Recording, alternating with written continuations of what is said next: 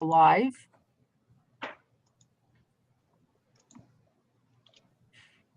Welcome, welcome, welcome. This is Barb Stone.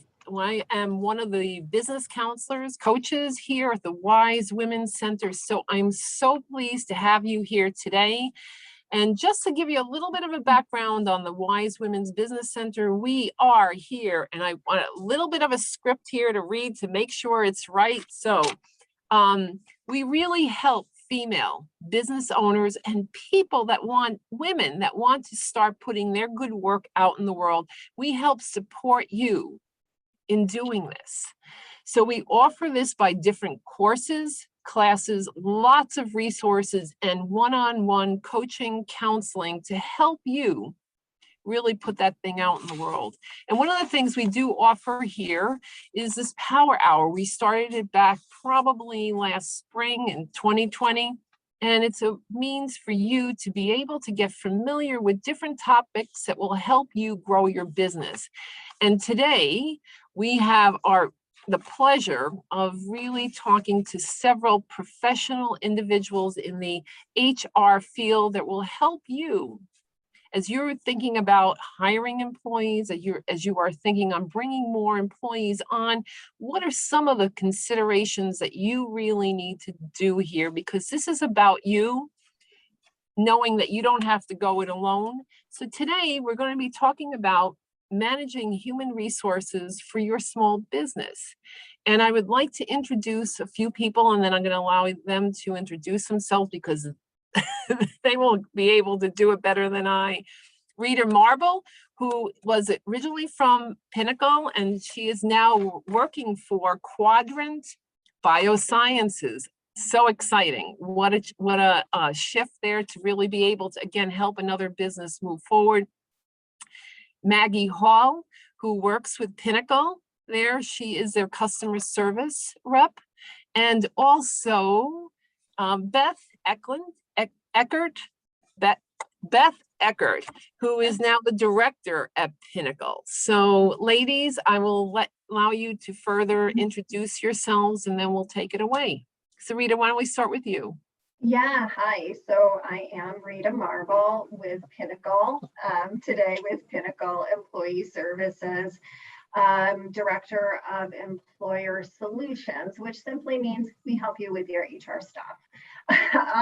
To me, that has to do with a number of different areas, labor cost management, Department of Labor compliance and liabilities, benefits, and all of the rest. I've had 20 years plus experience in business development and HR of different sorts, from recruitment and training to organizational development and really running the gamut. But I wanted to introduce the groups to Beth Eckert and Maggie Hall. Maggie is sitting next to me and can introduce ourselves, and then we can pop over to Beth Eckert. And so I'm really excited for them both to be on the call today to field questions as well, because they have tremendous experience and knowledge in this field as well. Thanks. Yeah. Hi, I'm Maggie. I have been with Pinnacle for about 3 years now, doing client service and HR. I have about 44 clients myself that I do HR for, ranging from 2 employees to 675 employees. See kind of just about every run-of-the-mill company that you can possibly find. So yeah, that's me. Well, and one of the things, Rita, you stated, and I just want to put it out to everybody that's watching, going live, that please, if you have any questions, please enter it in the chat. This is your resource. You don't have to go it alone. So we really want to be able to hone in on what we can do to help you. And with that, Beth. Thank you. Thanks for inviting me today. I'm Beth Eckert. Today is day 2 for me here at Pinnacle Employee Services, but I have a lot of experience both in HR and in the PEO spectrum. I actually worked at another PEO about 10 years ago. Recently, I came from Dinosaur Restaurants. for about 5 years. So when I tell you that I know the challenges out there in hiring, in maintaining, in trying to navigate the HR world today, I definitely have felt it. So I feel like I can definitely bring something to the table for everyone and help you navigate this crazy world that we're in right now. Great, great. Thank you. So let's just start out with an open question. We've got these women business owners, and now they're really starting to think about bringing on some of their first hires. So what are some of the first things that they really need to address as they're doing this? Yeah, so good question. It starts at the beginning, honestly. So when folks are looking at bringing on their very first employees, and quite often, too, it might be a 1099 or independent contractor transitioning to a W-2 employee as well. So there's some regulations about that too, and we'll pop up on the chat shortly, the Department of Labor, New York State Department of Labor website, where you can find information on that. But like I said, it starts at the beginning, and that is putting information about your job posting, maybe on Facebook or LinkedIn or Indeed or Bullhorn or whatever recruiting sources that you use. So you want to make sure that you are wording your job posting properly and with an anti-discrimination statement on it as well, an EEOC statement. So you want to make sure that you're doing those basics from the very start, and then going through the applicant process. You just want to be very careful about the questions that you can and can't ask. That are, common pitfalls for folks. So again, those types of tables or information about what you can and can't ask are out there for you to search for. I also have a good one that I use that I can send to the WISE Center to distribute. So it's really starting from the beginning, from even one employee, even from the time that you start to think about an employee. And, honestly, backing up even further from that, and I don't know, those that we have on the call or that are out there watching us on Facebook today, but it also starts with, can I afford to have an employee? Quite often, there's that breaking point where an individual has their own business. They're doing all the work, all the consulting, all of the management of the business themselves. And I think that sometimes there is a misunderstanding of what a new employee will cost.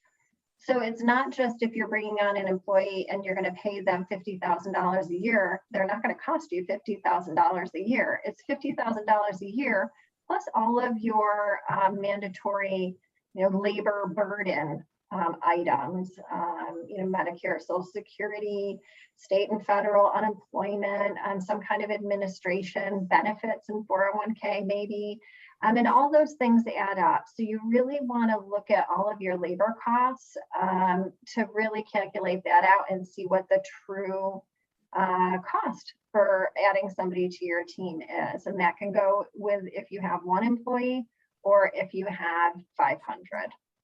So is there, great points, because you really need to, at some point in time before you're going to do it, can you afford it? So one of the things I wanted to be able to put out there is that Rita is going to be mentioning a lot of different sites. And what we're going to do is, it's probably going to be too much for us to really just keep posting things. But what we will end up doing is she will put a group of those together, get it to the WISE Center, and we will send it out to people that have signed up for this call. Or if you're watching on Facebook and you're interested in it, please just contact the WISE Center and we'll do that. So, that is such a great point, Rita, because so many times we think, well, we want to bring on and we want to be able to do this and do that. But the first consideration is, can you afford it? And part of it is really taking a look at, what is your forecast? What are you really planning? What's your business plan? What are the milestones as to when do you want to hire somebody? When's that break even that you can bring somebody on? So great point. But in the, I'm wondering if there's a link that when you send us all the information that will show us that here are some of your additional costs. You talked about it, Social Security, Medicare, insurances, benefits that they will have to take into consideration. Yeah, so yes, I do. I commonly do a talk with the SBDC groups. First, we go in Onondaga County, and that's one of the one-pagers that I have, because it's very common that owners, even that are in business and have employees, don't have a concept of what those rates are, and it's a percentage of your gross wages is how they're expressed. But additionally, even that the employer has those sides of taxes. I've heard from seasoned business owners that have had multiple businesses say to me, I don't understand why these are being applied to me. Why am I being charged for this? I thought that this was in the employee side, and some of them are two-sided. Surprise. To being in business. So yes, absolutely. I certainly will include that. And, you know, too, with startups, new businesses, seasoned businesses that are bringing on their first or maybe additional employees too, you brought up a good point in that you need to know where that breaking point is and look at your forecast, because it may be that the work that you have are projects, and maybe you need a temporary person or a gig contractor of some sort to be able to fill in the gaps. So even if you have a staff of 10, but you have a large project, maybe you bring in 2 contractors, and then that project is gone and you don't have any liability for the unemployment for those people. So there's a way to have, and now more than ever, you know, with COVID and businesses really wildly fluctuating, some of these non-standard employment agreements, I shouldn't even call them employment agreements, but contractual project agreements make a lot of sense. Well, great. So now they've decided that they can afford hiring, or maybe thinking about like a contractor. You talked about it. They've got a job posting, and now they're going to be doing the interviews, and we're going to get them the information as far as what they can ask. What are some of the next considerations that they need to do? Yeah, so, and I want to get Beth and Maggie involved as well. So if you have any ideas, please, you know, or thoughts, jump in. But I mean, to have a standardized application. So if they're filling out an application rather than just submitting their resume and going from there, you want to have something standardized that doesn't have any questions on it that are illegal, because there are certain items that have been recently taken off of the typical job applications. What am I thinking of? Ban the box. Thank you. Yes. Do you want to elaborate on that? So this is in recent years that this has come out, where you cannot ask someone if they have been convicted of a felony. Right. And you really have to look at very specific questions that, you know, have evolved over the years that you can no longer ask an applicant, let alone have it documented on an application. So very important things to make sure you're using an updated application that doesn't have those things on them. That's a great point. I didn't realize that changed myself. I remember, yeah, wow. Yeah, that, and then also when you graduated school or anything like that, that can't be on there anymore either, because that can be linked to age and then age discrimination. Okay. Yep, Okay. good point. Yeah.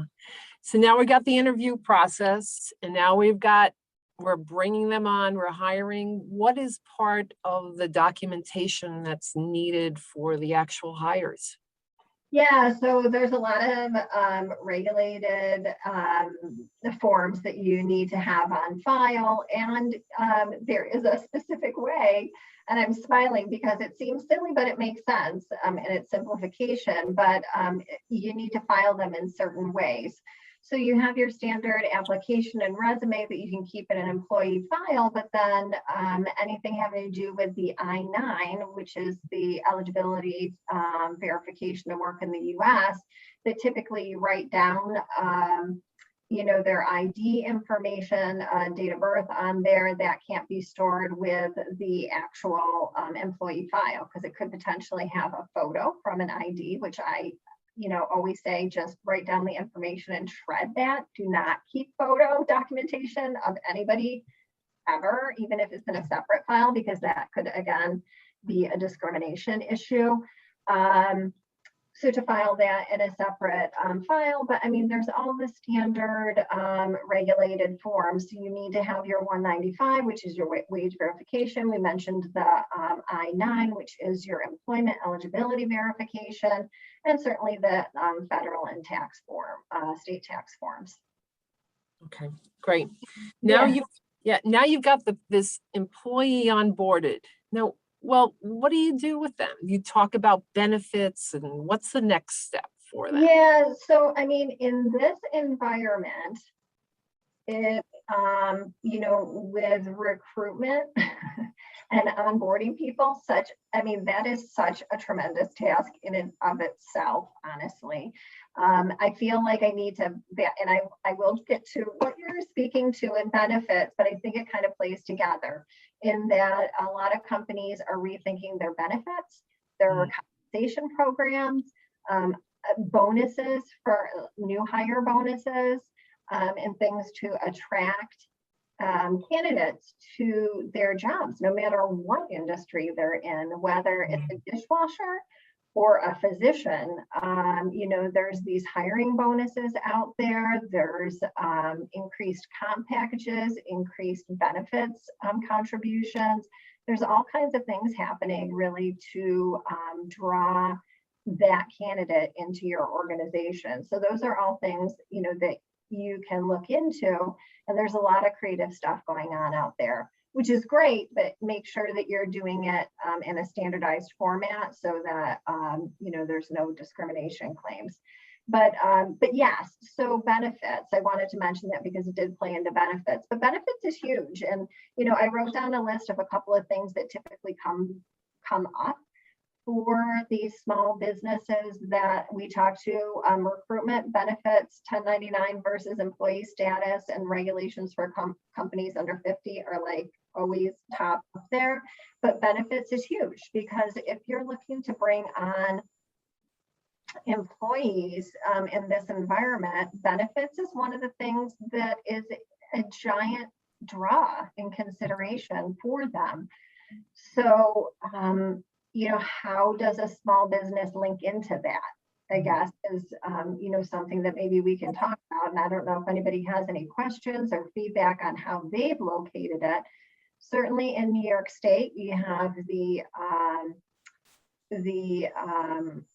I want to say the Department of Health. That's not it. It's the New York State? New York State shop. We call it the shop, but it's New York State of Health. New York State of Health. Thank you. I knew it was something super simple. We just call it the shop, but it's where individuals and also small businesses can access benefits packages on their own direct. So certainly that, and we can include that in the information, but there's other ways that they can access benefits as well. So one of them is through a PEO, which, Beth and I both referenced, which Pinnacle is, which stands for Professional Employer Organization. And what a PEO does is group together all of their small business clients for buying power for benefits. So, and also handling of HR and payroll. But a lot of companies get involved with PEOs because of that group benefit structure. So certainly individuals and again, small businesses can go out to the shop and get them benefit packages direct for themselves or a group of employees, but those will be at a particular rate.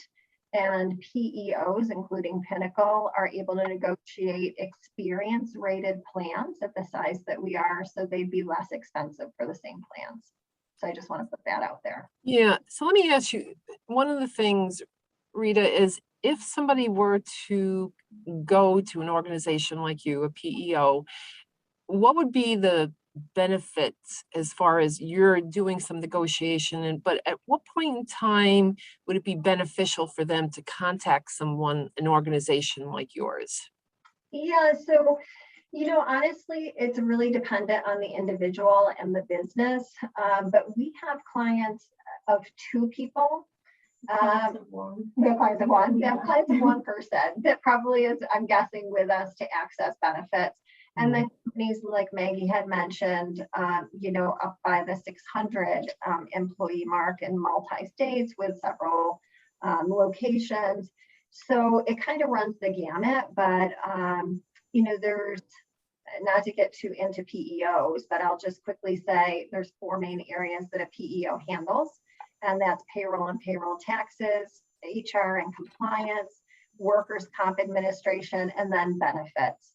And I'd say one of the two top draws are the HR and the benefits for small business groups. Okay, all right. So again, so the individuals being able, new business owners that want to hire people, they can potentially go to an outside organization. But if they were to start thinking about doing it internally, what would they need to do, or who could they tap, what resource could they tap into to really be able to get some internal resources trained to be able to do it? Because again, we may be starting out with, they've just got a few people, and as they're growing, from there. Yep, absolutely. So, I mean, for benefits specifically, I would say the New York State shop, and I can send that information along with the other links that we'll send. And that again is somewhere that an individual or a business owner can go to access benefits for one person or a group, a small business plan.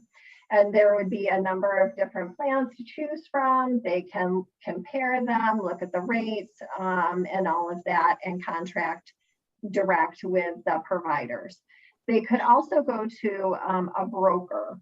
So they could certainly go to a benefits broker and look into it through there, but then you have brokerage fees. So you might want to start out going direct to the shop and exploring that, see if, or PEO, and see if one of those works for you, depending on your size. If the business is really growing to the size where you're looking at benefits plan design, so you're wondering, like, HRA, am I gonna have what contribution and where am I gonna put it?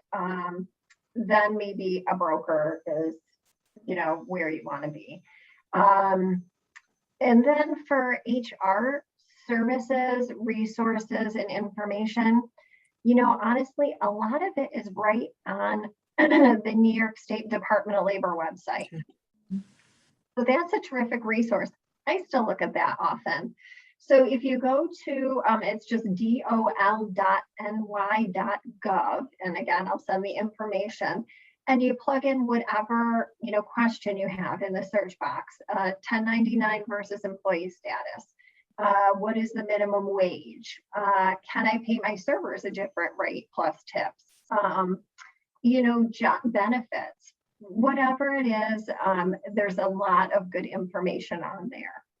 Now, if a company is getting to the size where they are growing to the point where maybe they have an office manager, a practice administrator, an accounting person, quite often will get into some kind of HR functional role. It starts to happen there, it seems.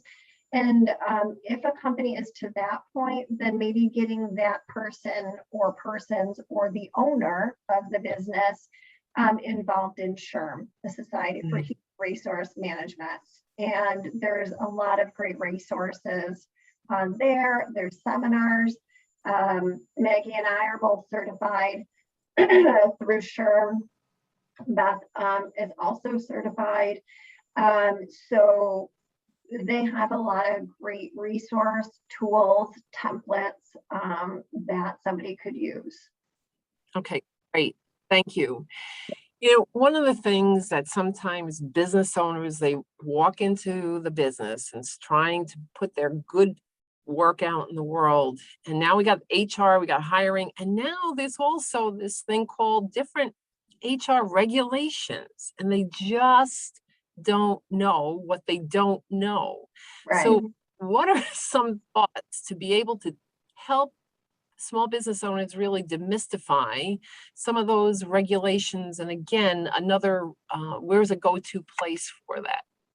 Yeah, so that's a great question. And again, Department of Labor and SHRM, the Society for Human Resource Managers, are two great resources.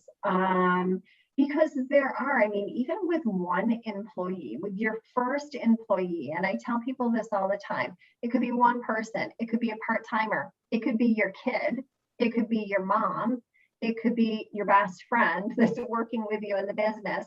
And the state and federal agencies don't care that that person is related to you. You still have to comply with these regulations. So whether it's the anti-harassment training, it's the new vacation time provisions that New York State just put out at the beginning of the year, you have to comply with those. And I think a lot of folks out there in business, it just doesn't even come up on the radar because they're out there being a dentist, an engineer, a restaurant owner, whatever it is that you're doing, that's your priority, right? And it just kind of goes by the wayside. So, it's kind of out there, but no time to focus on it. But again, the state and the federal regulators, that's their job to look at these things. So I don't like to ever scare anybody, but what I will say is it just takes one employee typically to make a call because they're disgruntled about something that's happening, and then it just spirals. And I always say, then you'll be visited by the three, like the specters at holiday time, right? Is the Department of Labor, the IRS, and the Workers' Comp Board. And so if somebody puts out a call, an employee that you exited from your business, they were unhappy with the conditions, the pay, whatever, they put in a claim with the Department of Labor, and then it just puts all the wheels in motion. So you don't want to get there, I guess is my point. Yeah. So just get yourself on a mailing list, an email list for information. Even if it's a PEO, like we have a general, especially since COVID, because there was so much information coming out all the time about COBRA regulations, COBRA pays, just a constant stream of information. We set up not only our clients and folks we were talking to about services, but business owners in the community, so they could get a constant stream of updated information. So if somebody wants to be on that, we can certainly put them on that. But again, Department of Labor, SHRM are great resources. I would also say too, like the state and federal posters that have to be posted to businesses, those have a lot of the regulations on there too. So, if employees have questions, they can always go and look at those too. That's great. What might be some of the top policies that an HR that a small business owner might need to really address upfront? For instance, harassment. I know that there were a lot of changes that went on within the past couple of years. What else might be out there that they need to really be aware on and really aware of and really hone in on so that they've crossed their T's and dotted their I's there? Yeah, so there's a number of them, and I know Beth can speak to this too. Certainly you hit on it, the anti-harassment policy regulation came into place in New York State, I think like 3 years ago now. So for any employee that you bring on, that has to be done within 90 days and then annually for everyone. And that goes for even if you have one employee. So you need to make sure that that's done and documented, and then you have the backup information on site for their reference. And I think, with that, with the new vacation time regulation that just came into play at the beginning of the year in New York State, and so many others like it, a very basic handbook is incredibly helpful. Like my number one rule of HR, and I know Maggie here is based. It's not written, it's not real. It is not written, it's not real, right? Ah. So I say that all the time. So it goes for the absolute basics. It goes for a very basic handbook. And I know some small business owners kind of balk at the idea of that.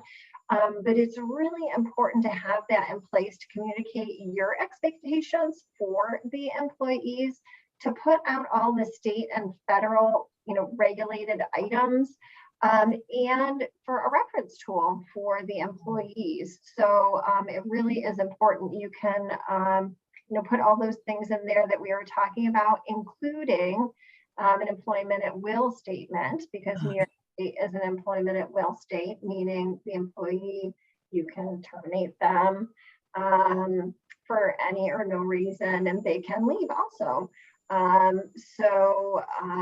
Typically that statement would be in there, certainly information about the anti-harassment policy, but you can put in your dress code, your work hours, vacation time, PTO, sick. And again, it can be very basic, but I think it's very important.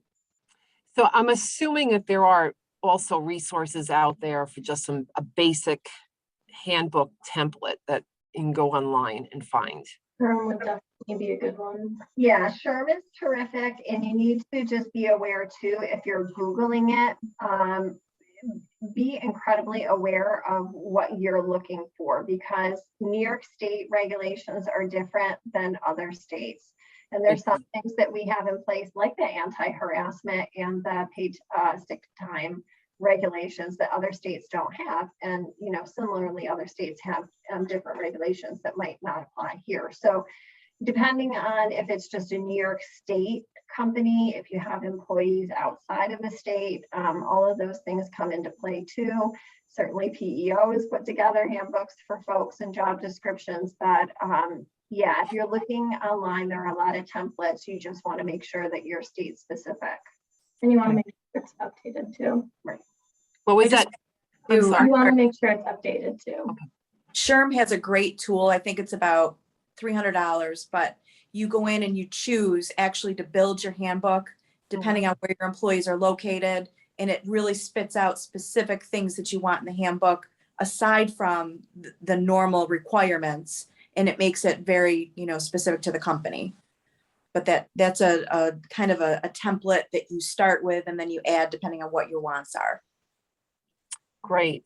Unbelievable. Such great knowledge, information to be able to help our clients. So I just wanted a little commercial. This is Barb Stone. I'm one of the business counselors here at the Wise Women's Business Center. And you don't have to go it alone. If you're putting a business out in the world, you're looking for some guidance, please contact us. And today we're really talking about some HR issues, guidelines as you're starting your business, as you're starting to think about hiring employees, what you need to think about. And one of the things I would love for you guys to do is to really pipe in any questions that you have, because we have a great wealth of knowledge here that will help answer these questions one-on-one, specific to what you need to do. So you don't have to go it alone. And of course, this will be back on Facebook, and we will be able to get you some information about some of the different links that this great panel is talking about to be able to help you as you move your business forward. One of the things, Beth, were you going to say something? I'm sorry, go ahead. No. Okay. One of the things I wanted to ask is that I know that you've heard, seen, and I've even had a few clients that have been really having a lot of challenges of hiring good employees at this point in time. Do you have any tips for, I know, Rita, you talked a little bit about benefit packages, sign-on bonuses. That's really going to allow people to be attracted to companies, but is there anything else or any other avenue that might help our listeners to being able to find the employees that they need? Yeah, you know what? I do have thoughts on that, but I know that has really been in the thick of it, coming from the restaurant hospitality business, which is really just having an unbelievably difficult time.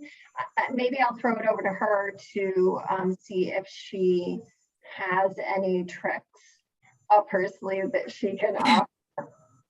I don't know if it's a trick, but I will tell you that you should use your employees as your best resource to find new hires. You know, your employees know the job, they know the company, they know what they like, they know what they don't like. And if they have friends or acquaintances that they think would work out, you know, really put your bet on those people to bring you some good references.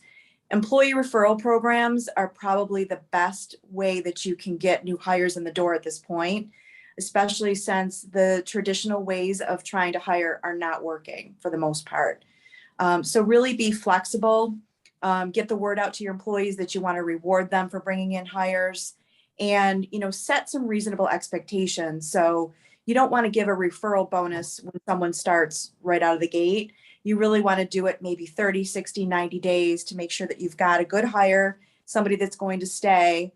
And then, you know, think about even doing a hiring bonus after 90 days and paying the employee that refers and the person that starts. So you really have to be very, I guess, creative in figuring out what works best for your company and trying to bring people in the door. You know, flexibility, sometimes people are looking for that nowadays, as opposed to traditional coming in the office every day. Maybe you have a day a week where they can work from home. You know, totally depends on what type of company you are, but just try to think outside the box and see what will work for you personally as your company. Because what works for one doesn't always work for the next company. You really have to think about it and figure out what your needs and wants are. And again, if you want to reach out and see what works for other companies, I think this is a great forum to do so and see what other companies are doing that are like-minded and that really have figured out a way to navigate this crazy recruiting time. Great. Great. There's a question that came up in the chat here. It says, but I think you answered it a little bit, Beth and Rita. What was the name of the place where we can find a template for the handbook? It was SHRM. Yep, good. Yeah, I think Beth had referenced SHRM, which SHRM, the Society for Human Resource Managers. They have a national organization, and then they also have a CNY chapter. But if you're looking for handbooks for the specific states, then I'd imagine it would be the national organization that would have that, right, Beth? It would, yeah. And you do have to be a member to use that. I think it's about $250 a year to be a SHRM member, but it's well worth it. The wealth of information and templates and different documents and policies you can get from that website it's fantastic. Yeah, it's great tools. Great. So let me ask you this. We've been really talking about the process of onboarding, getting hires, and the handbooks and how to go about recruiting. But what do you think are some of the tips to really keep good employees? Connections. The more that your employees feel connected to each other, the more likely they are to stay. I know right now a lot of people are putting their time and effort into finding the good new hires and that stuff. You also want to make sure you are also putting in a similar effort with your current employees, because if they're just going out the door, you're bringing in random people and there's not really a loyalty to the company at that point. So I would say connections and checking in, and, you know, maybe give people buddies and have them sit down every 60, 90 days, you know, their first week, see how their first week's going, how they like it. Just check in. Cool. Yeah, Great. And anything else? No, I was going to say that's absolutely true, and I love that you said that. Yeah, connections. You know, just creating a workplace that people want to be, and it can be something simple, like having the connection points at different time spaces by doing group activities, maybe. I know we always have some kind of group activity going on around here at Pinnacle, whether it's, community volunteering all together or some kind of outing that we can participate in. But yeah, those are all great things. Another one too, depending on the size of the company, a blind survey isn't bad to just get a sense of like how people are feeling about their position, the benefits. And if again, you can make it a blind survey, they can even say like, are you looking at moving on? If so, why? And that can be a lot of terrific information. It costs so much more to and get a new person in its body as to simply have a conversation and maybe make some adjustments to your internal operations to have somebody stay.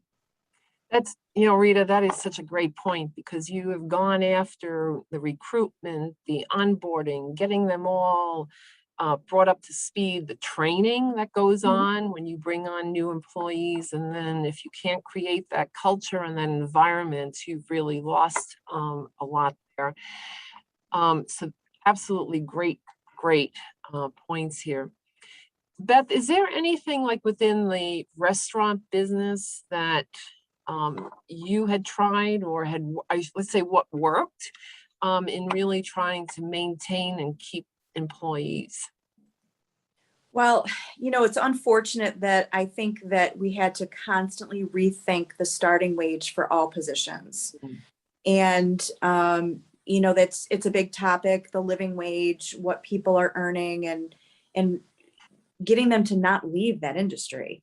Because right now, I think there's so much opportunity everywhere you go to leave the industry that you're in and go to a different industry, try something new. So, there's obviously a lot of different factors when people decide to leave. Money does not motivate everyone. And, I will say that's definitely something that you have to remember, that there are different things that motivate people for different reasons. You need to find out what that is and keeping your employees.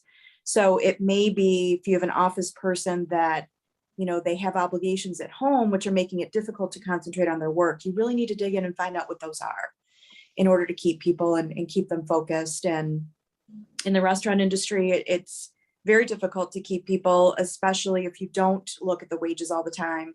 And then, when you do increase the wages, obviously you have to look at everyone else in that job classification to make sure that you're doing the right thing. So there's a lot of factors. There's no magic pill to really solve it, but just be open-minded and creative. Yeah, great points. I love this. One other thing that I wanted to, because and Beth, you kind of mentioned it a little bit, is that as employees leave for whatever reason, they are let go, because we are in New York State, we are an at-will state, employment state. But what are some of the things that might have to happen as people are terminated, whether it's on their own accord or on the company's discretion? What are some of the points that need to be addressed there? So I would say first and foremost, document everything. It is as inconsequential as you think it may be. When it comes to a termination, it's important to have that paper trail. And it can be jotting things down, discussions that you've had in a calendar. You don't need to literally put a performance disciplinary action in front of someone every single time, but documenting conversations, documenting sit downs, making sure that other managers are doing that too, so that you have that information when it comes to termination. You can literally terminate someone for any reason, but you also don't want to have an unemployment rate that's sky high and that you can't afford to run your business because you can't afford the unemployment. So you really need to make sure those factors are taken into account, because it does affect your rate. And you're going to get people leaving all the time on their own accord, and you want to make sure you get resignation letters or some kind of a email. I'm leaving for this reason and this is my last day, just to again make sure you're covering it so they can't turn around and try to claim unemployment on you. Right, great. And I know some organizations do some type of an exit interview. What's the benefit of doing that?